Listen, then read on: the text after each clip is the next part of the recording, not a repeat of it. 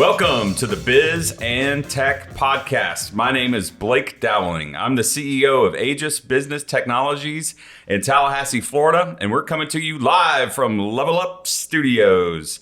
It's hot, it's humid, it's Florida in the summer. We love it, we hate it, but it is what it is. I'd like to start with giving a shout out to Magic Mind, our friends in Venice Beach, California. I started sampling their products in the spring. They make a productivity drink to take the place of coffee. It's really awesome. Check them out at magicmind.com. I keep them in the fridge at the office, and my staff drinks most of them, so now I have to hide them from them.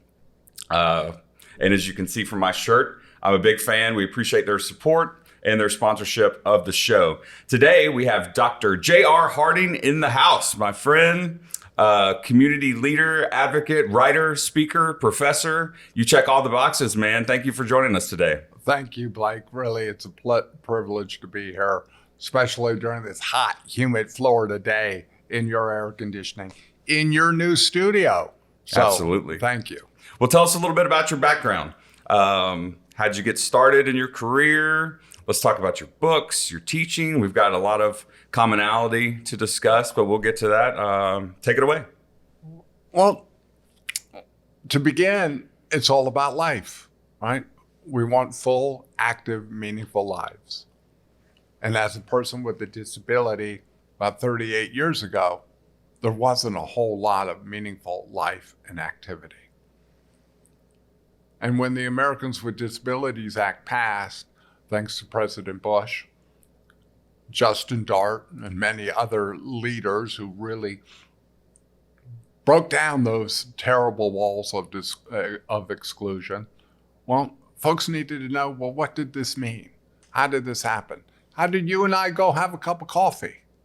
And well, I felt that being one of those pioneers, one of those frontiersmen trying to fulfill that manifest destiny, right? I could get to connect the two C's. Well, that was how my journey began as a student leader, as a community leader, of getting to know the people who shape our lives and who make the rules that make it happen for full inclusion. Because everybody has something to contribute. And how do we harness those talents? And how do we encourage it? How do we celebrate it? And how do we really make the tent just a little bit bigger? Now, how did you make the jump to advocate? Because you've not only advocated on the local level and the regional level, but you've advocated on the federal level in the White House. How did that come about? Accidentally. Well, perhaps maybe there was some strategic, conscious plan behind it. But I was just the knucklehead who wanted to go have lunch and have breakfast with you or be able to go to the movies, get my hair cut independently, and had the courage to express my voice, right? To be able to develop a relationship that helped you and others see some of the inequities and some of the hardships. To be able to tell stories like you do so well, both in writing and on your podcasts and with your customers. Right, you got to be able to articulate the problem, be able to show the problem, and build an empathy level where someone wants to do something about it. And that's been my journey. Well, I've read your book.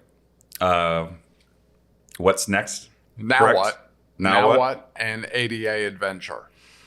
And every time I read something that you've created, I walk away learning something, like the disaster plans that we have throughout our nation, right? And a room that might be put aside for someone with disabilities, that those goes up for grabs in the event of a disaster. So what happens to the people that need them? Well, that's a great point. We're in hurricane season right now, right? Right. Get a plan, isn't it? We all hear it. It's instilled in us. And the question becomes, what is that plan? And when you have a disability, and a loved one has a disability, your aging mother or your son or daughter, right? Those plans are a little different. Mm-hmm. And what the world doesn't understand is that That plan means probably relocating, say, to Georgia or to Alabama and get out of the way, right? Well, that means you need a hotel room. Well, only 3% of the hotel rooms have accessible elements. And only 1% of the total spaces has a roll-in shower. So if there's 100,000 rooms out there, only 1,000 of them have roll-in showers. That's not good math. That's not good math. And what happens is folks from South Florida come first, then they're already occupied, so there's nowhere for your plan to get executed, right? So we could talk about that for a long, long time, but Absolutely. There are many other examples like that that we still need to fix. Well, let's talk about transportation, since we're talking about getting from A to Z. Transportation is a unique situation. I've seen you drive. You drive outstanding. Well, I don't know about that. But what's the big picture like that people might not put together as far as what it takes to get you behind the wheel and going? Well, the big picture is... Because you talk about it in your book, and it's fascinating. Indeed. Transportation was freedom. Mm-hmm. Transportation is independence.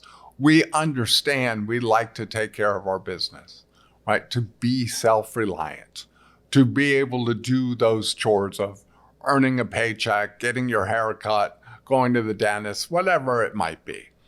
But in those early years, that freedom, that fundamental American right or privilege was not available to persons with disabilities. And it was through the ADA, through technology that you love so much, that we were able to trick vehicles out.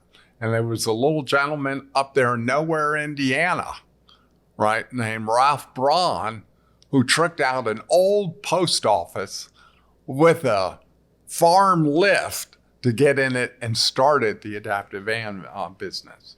Today, it takes a lot of money. It's one of the reasons I live in Tallahassee, not because I make a lot of money, but one of the 6 people who actually make vehicles for people with disabilities has a small business here in town. So I'd give a shout out to Advanced Driving, Scott Poor over there off of Capitol Circle, because he's one of my best friends.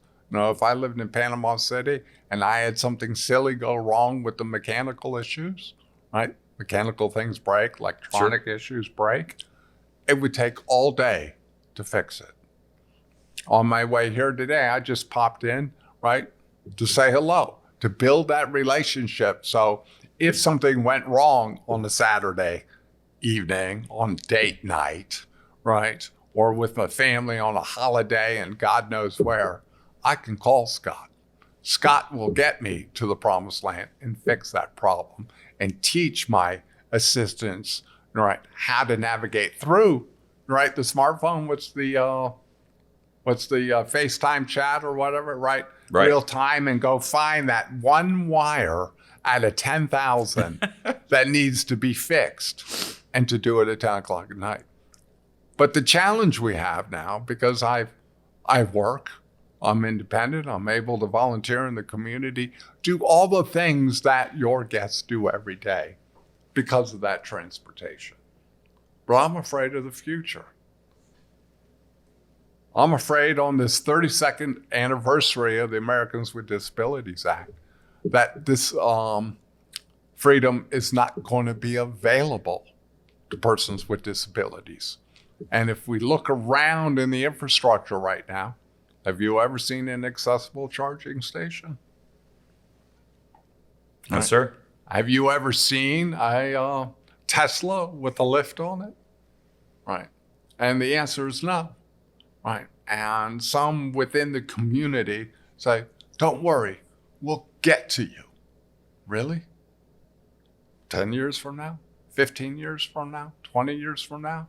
Right, we're spending hundreds of millions of dollars to change everyone's behaviors, to get into this green space, but yet we're not including persons with disabilities from the jump start.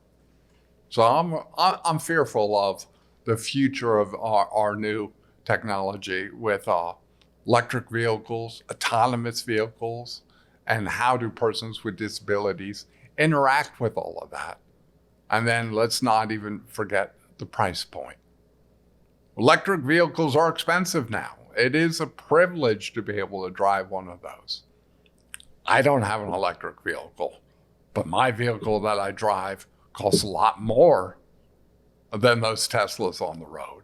And it was only possible because of grants and because I choose to work that we were able to couple together all the resources to have Scott build it here in town.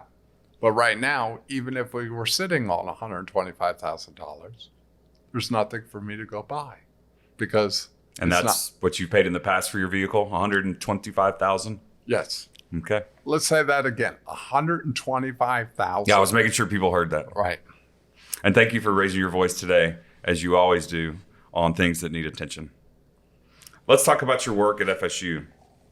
I've had the opportunity to meet some of your students semester after semester, year after year. They love you, by the way. They speak very highly of you. And I always give it my 100% focus. And, you know, I'll let them have it. You know, if they're not dressed professional and they're not on time, you hear about it. But when they do a great job, I make sure you hear about it too. Tell us about how you decided to teach, and then not only teach, but to put young people out in the field, because that's where you learn. Whatever the subject is, that's where you learn. Tell us about that experience and what that looks like. Well, first, thank you. My career, going back to where did all of this start? It started in the classroom. It started in Escambia County over in Pensacola, because that was the only place that was kind of accessible for me to enter the workforce. Right. There was nothing wrong with my mouth. I may have some mobility challenges, but my ability to articulate and communicate knowledge, right, and passion and understanding of rules and regulations, I was good at that, right? Identifying the problem. And so going fast forward, I had always wanted to teach at college, but you had to go out and become otherwise qualified for that, right? You know, either be a really good researcher, right, or go out and do some things. Some people think I've achieved a few things and was worthy of returning back to the academia. So about 6-7 years ago, FSU reached out and said, hey, can you make a difference? I said, just ask, happy to come. And to your point, getting students engaged, right? This new generation. That's a tall order. This new generation has these 30-second, 60-second, 15-minute windows, and you've got to engage them.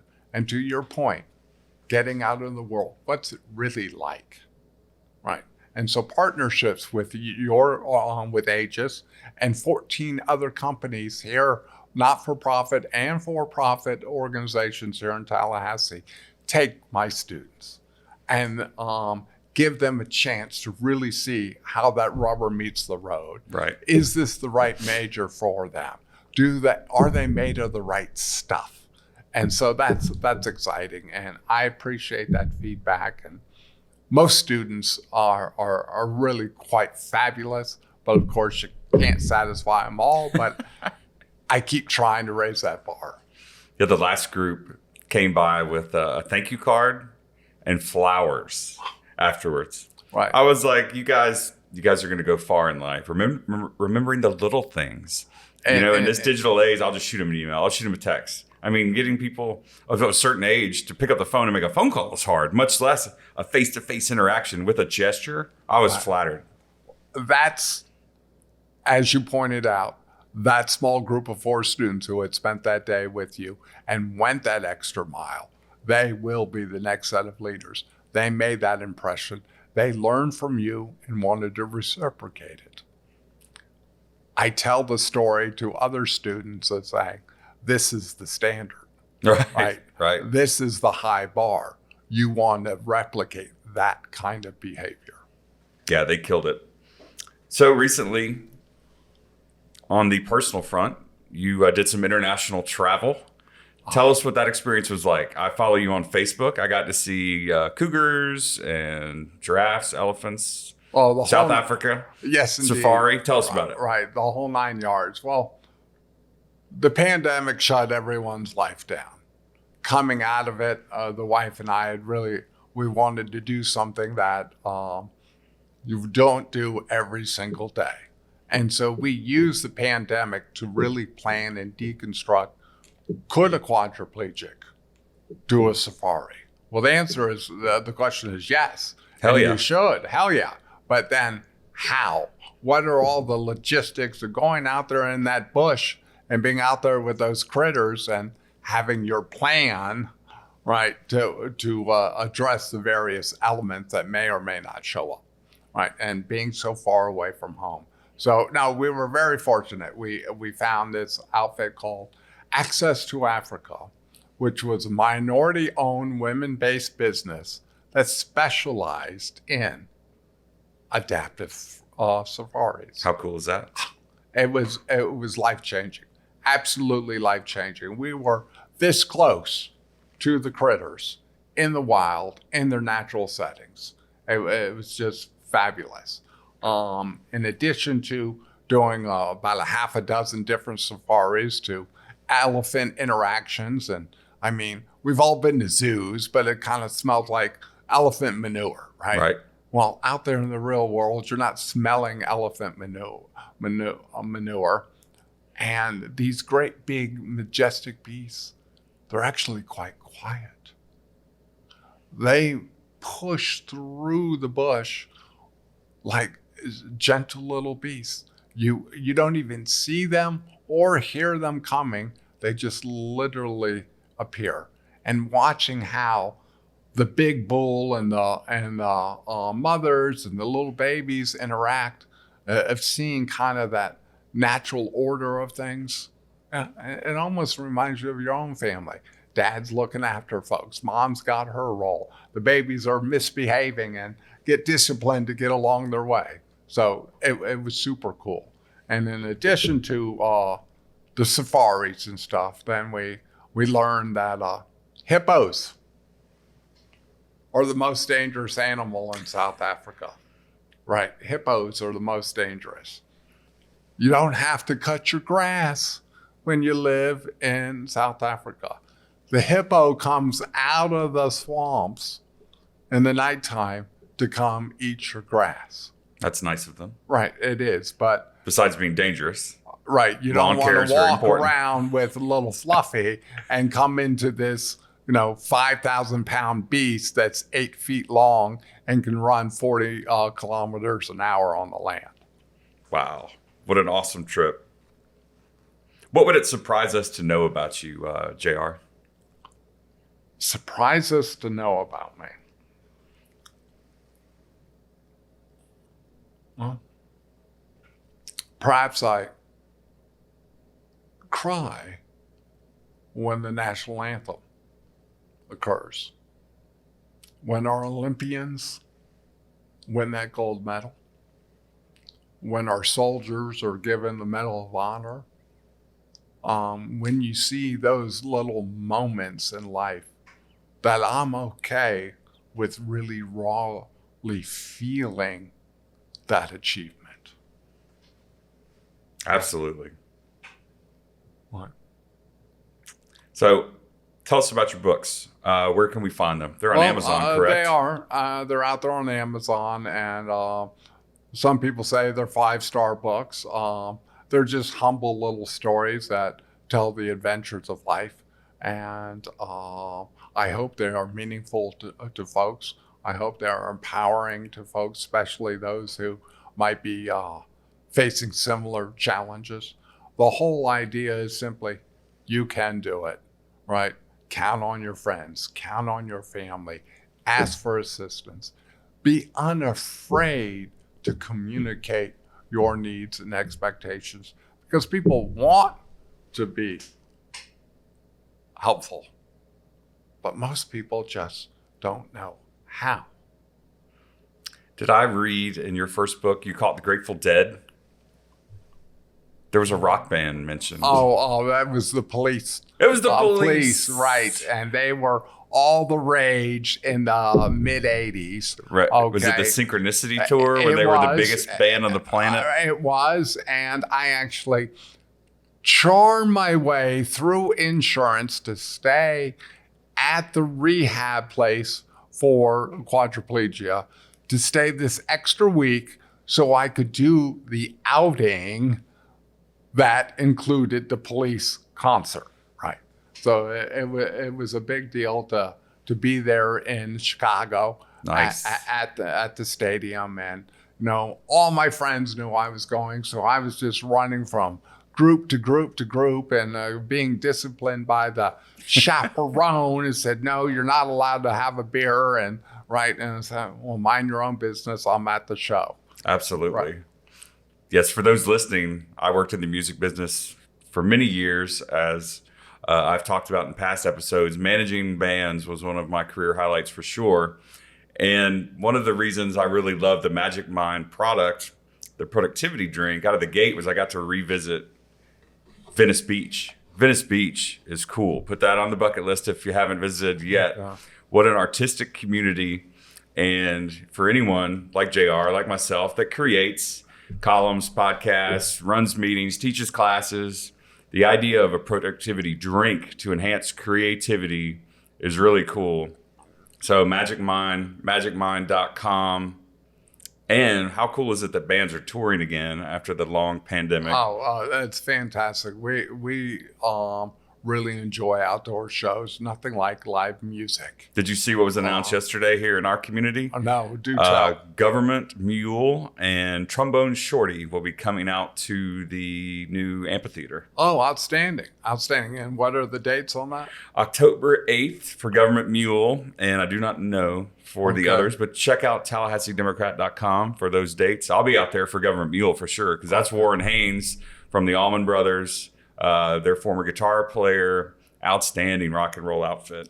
Good stuff. So speaking of events, if you could attend any event in the history of the earth, what would it be, sir? I'm a history guy and a bit of a public policy person, and also belong to what's called the Sons of the Revolution, because somebody in the family actually worked for General Washington.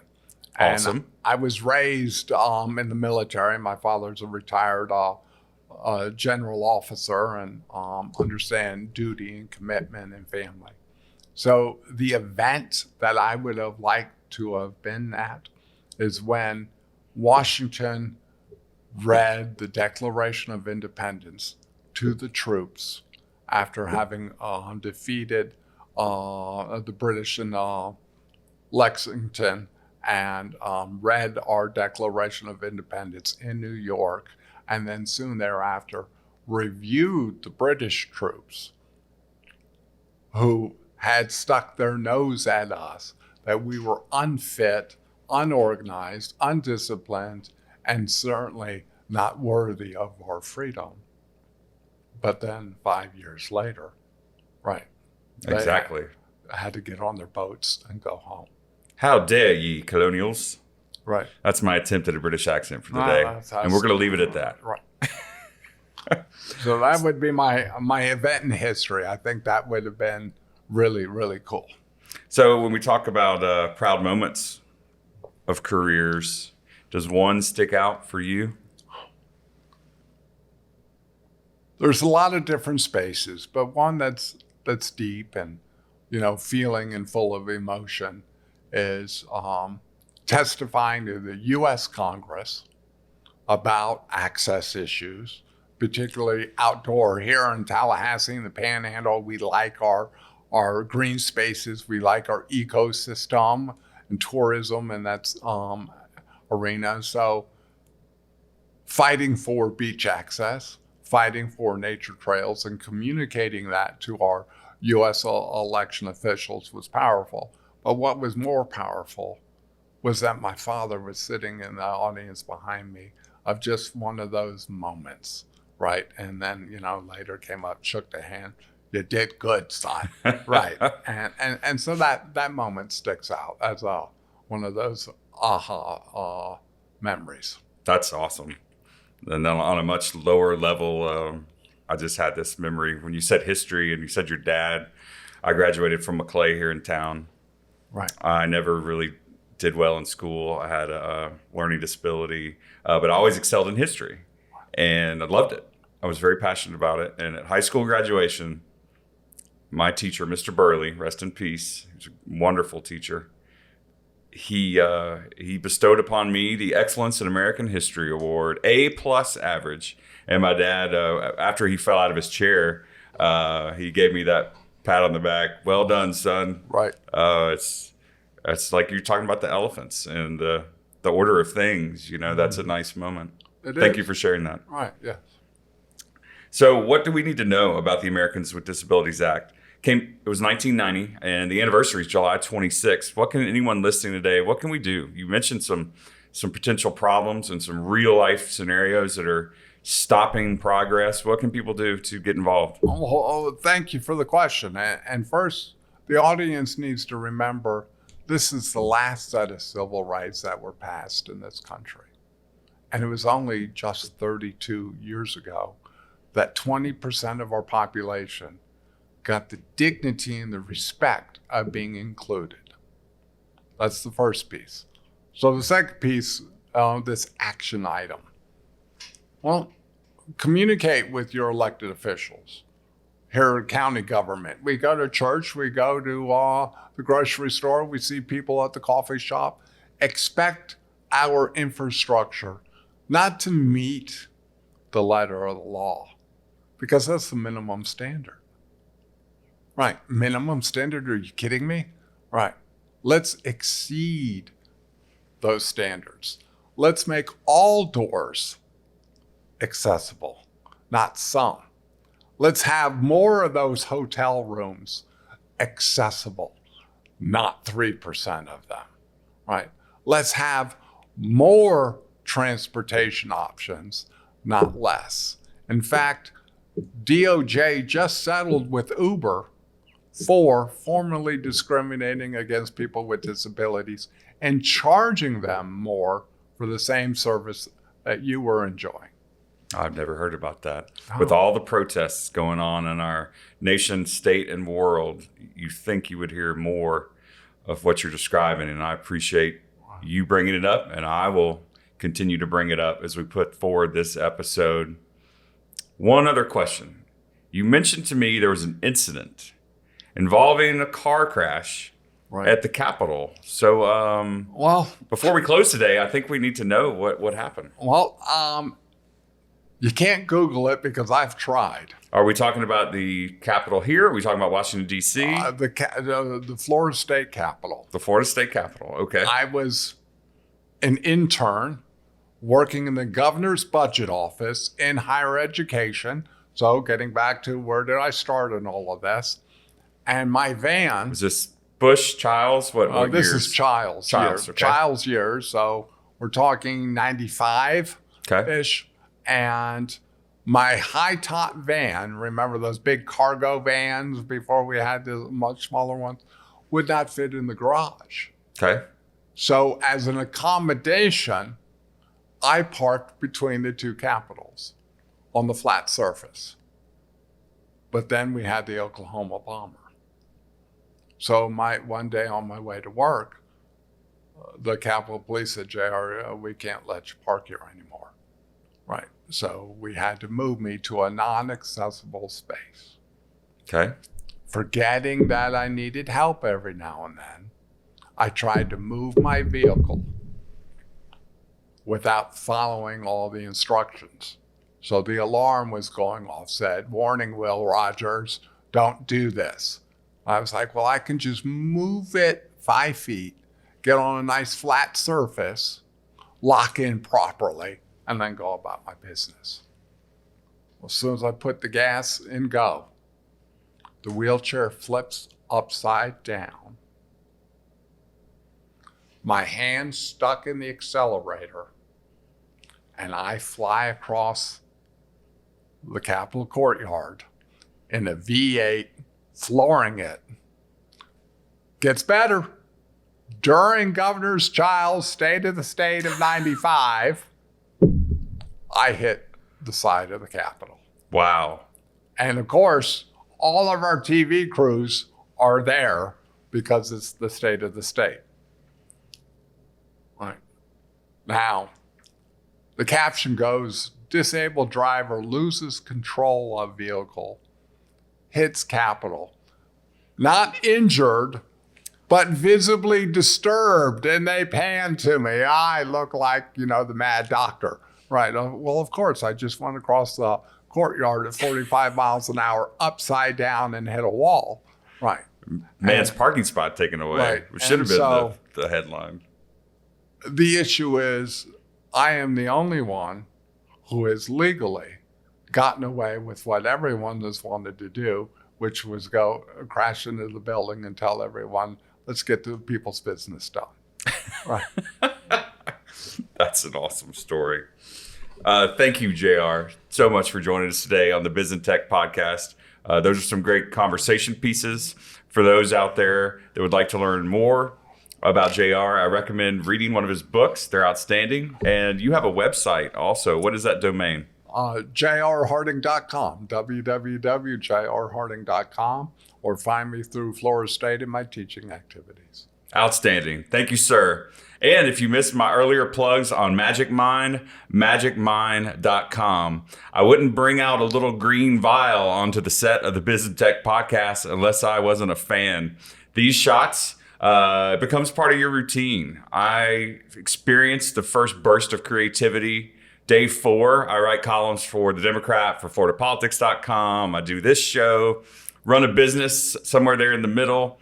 That extra boost was awesome. I wrote a very funny column also the week I first started these shots. So check them out, magicmind.com. Thanks for tuning in today to the Biz and Tech podcast. Thank you, Level Up Media. Thank you, JR. We will see you next time. Have a great day.